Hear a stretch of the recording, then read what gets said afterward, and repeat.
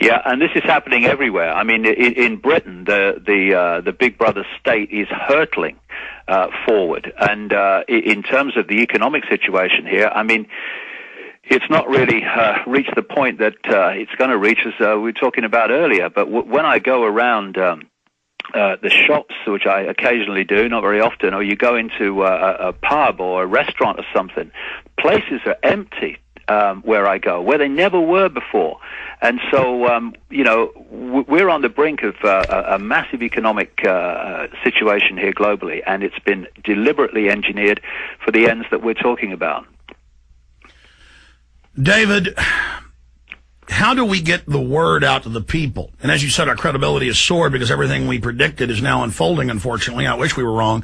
What are the most, because you're very effective at unlocking minds, in your educated opinion, your informed opinion from experience, how do we reach out to them and say, look, it's now here. We're not warning you about something coming and all the preparatory phase that was bad enough setting up this tyrannical, dehumanizing, soul-stealing grid. We're now entering in to the long slide into the depths of global mass extermination, population reduction, because we're not making even predictions. We're following their own documents. We know where it goes. Can the public face the horror of what's going to happen if they keep living in la-la land? Well, what I say to people is, you know, if you think you don't like the situation now, then think what you're going to face a little way down the road, and more than anything, think of what your children are going to have to face. Because you think we live in a controlled society now, this is nothing compared with what they are going to have to live in. So in terms of parents who are listening to this information, I would say this. Go and look your children in the eyes and tell them that you can't be bothered, or you're too frightened to do anything about it. You're too frightened to get involved, in being another conduit for getting this information further and further expanded into the public mind. That you're too frightened to get together with others to stop cooperating with this system, and to not be intimidated into coming into line, which is a bit like coming into line in a concentration camp, and thinking it'll be okay. As long as you stay in line and you do as you're told, you'll be fine. And then you realize at the end of it, well, actually, it ain't fine. And if you'd have all rebelled earlier, then you wouldn't be in the situation you're facing now. The point of mathematics alone ought to let us see where the real power is here. There are billions of people, 6 billion, nearly getting on for 7 billion on this planet, who are being manipulated.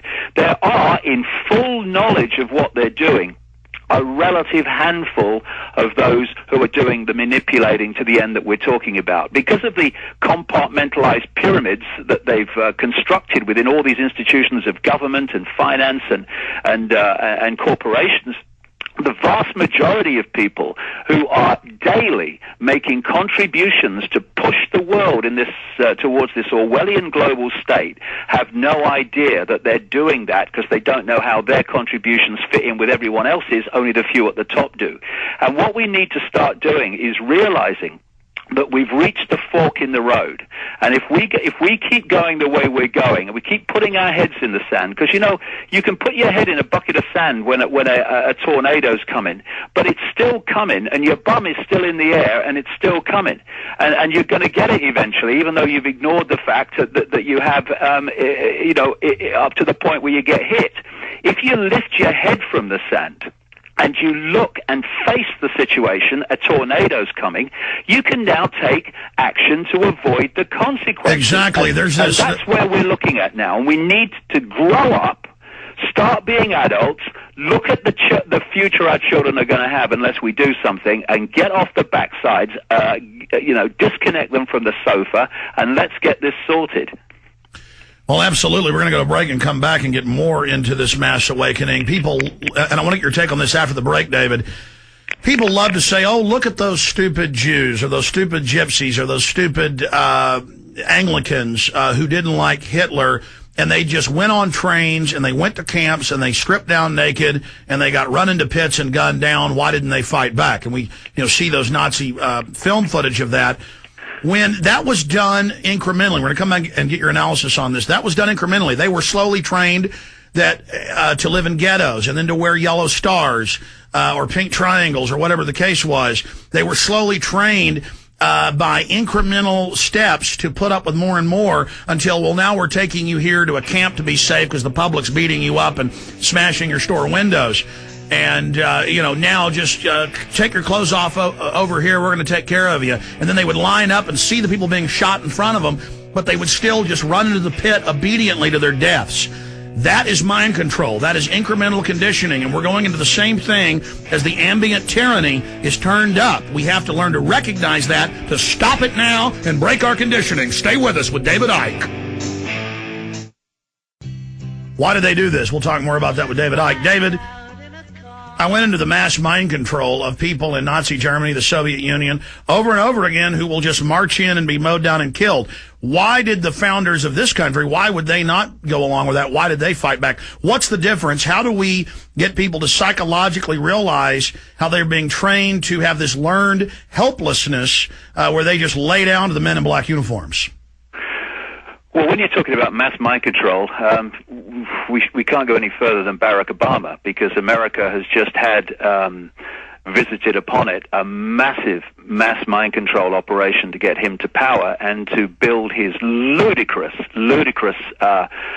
myth of a personality and an image that so many people have bought. And I don't know about you, Alex, but I tell you, I've shaken my head a few times in the last few months when I've seen people who I thought had got it to an extent, who have bought the Obama myth as if somehow here out of nowhere is a change to the system as it works in terms of creating presidents. Well, to answer your question, what I think of it, they know things are bad and they want to believe a fairy tale. They want to think the nightmare is over. It's exactly because they are somewhat awake that they're so afraid now at the reality that they are grasping at straws, seeing things, mirages in the desert. A man dying of thirst will, see huge lakes of cool, clean water to go drink, and will even go crazy and think he's drinking water when he's throwing sand into his mouth. And you've written a great analysis breaking down the mass mind control, the real programs of Barack Obama. We link to it at Infowars.com, to DavidIcke.com. What's the article?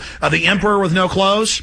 It's Barack Obama, the Naked Emperor. You've introduced a very, very important point, Alex, in terms of mass mind control.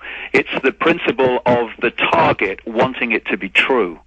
And in many ways, the worse it gets, the more people can be enticed into following someone who's telling them what they want to be true. I mean, if you take what happened in Nazi Germany and those other examples you gave, at each point, people don't want to face the fact of the situation they're in.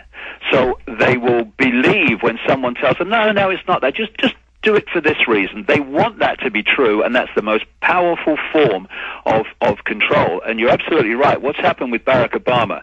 See, this whole technique of problem, reaction, solution, we're now seeing in America, and indeed globally, because of Obama's global influence. I mean, I was in Africa recently, a few weeks ago. I mean, crikey, he's a god there. I guess you can understand why. But if they knew that the agenda they have for Africa, the people behind Obama, then that he would be anything but a god. But the point is that we're seeing a problem, reaction, solution presidential game here. They brought Bush in, the people that control Bush, the neocons, and what they've done for 8 years is create massive problems, financial problems, overseas war problems, military problems, problems of every kind. And he was also arrogant and didn't care and lied and said, I don't read the newspaper. Exactly. A perfect psyop, what the Romans would do with a governor, give them an abusive governor, but then bring in a slicker governor who could engage in even more abuse, and the people would accept him as a savior. Exactly. One of the interesting things between the mid-90s and about 2002, I did enormous amounts of research into mind control, individual and mass mind control. And one of the staggering things you came across when you talked to some of these individual victims of mind control was that they had I wouldn't say a love, but they had this enormous affection for their controllers who were abusing them on one level. It's a very strange psychological trait, but that's what we're seeing on a mass level. So Obama's come along with people in fear, in outrage, and anyone who's not Bush has got to be better. And he's come along with his smiling face, the smiling viper, and now he is going to, from January the 20th, be offering solutions to the problems that the Bush administration created. And people see, and all over the world, they see a change in president as a change in direction. And all it is, in truth, is a new phase in the same direction towards this global Orwellian tyranny we're They're talking just putting a new quarterback in. Exactly. And what Obama's been brought in to do, the salesman, well, he's a salesman as long as he's reading someone else's words on autocue, is to sell now the solutions to the problems. And these will be all the kind of what they call the global architecture that we've been talking about all these years. And it will also be, and we're already seeing it, the networks of... David, stay there. We're going to talk about this next phase. You thought it was bad under Bush? Get ready. Stay with us. We're on the march. The empire's on the run. Alex Jones and the GCN Radio Network.